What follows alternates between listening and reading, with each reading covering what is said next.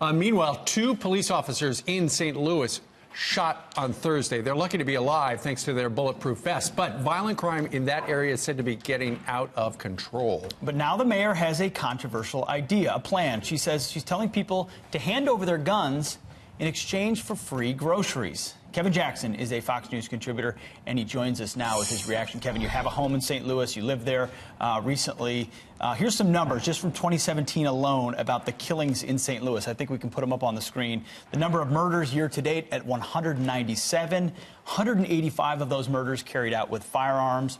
Most of the violence, as I've read up on this as well, is black-on-black crime. Young black men killing other young black men.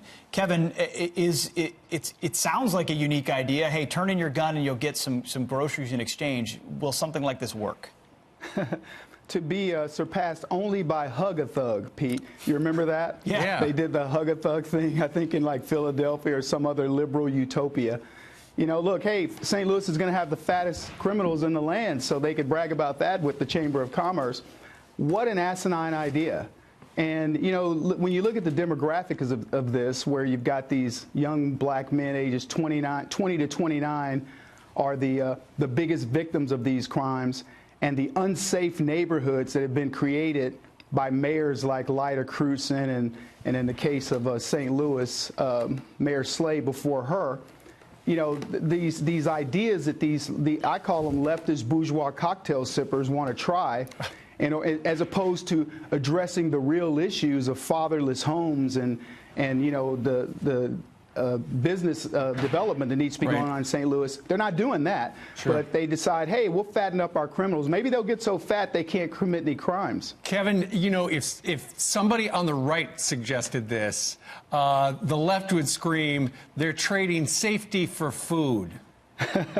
Yeah, that was one of my talking points, Steve, that, you know, if Donald Trump said, let's do this, they'd say exactly that. They would call it racism.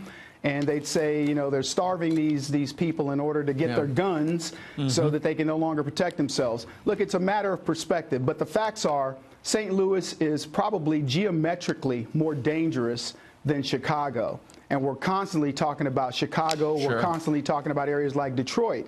And instead of Mayor Krewson actually doing something to address the problem, getting these kids in vocational programs, really working on the issues, and quite frankly, working on the societal issues of leftism that creates these environments where the high crime areas, they're trying these types of ideas. And by the way, these things never work. These crooks don't turn in their guns for the most part. Programs?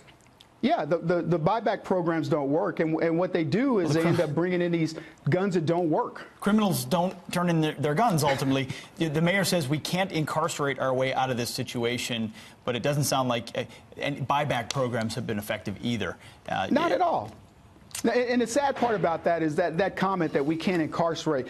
You know, you're exactly right. Don't put everybody in prison, but how about we actually do reforms and societal reforms that keeps fathers in their homes and creates economic opportunity for some of these youngsters. All right. Kevin Jackson today joining us from Phoenix. Kevin, Thanks, have Kevin. a good weekend.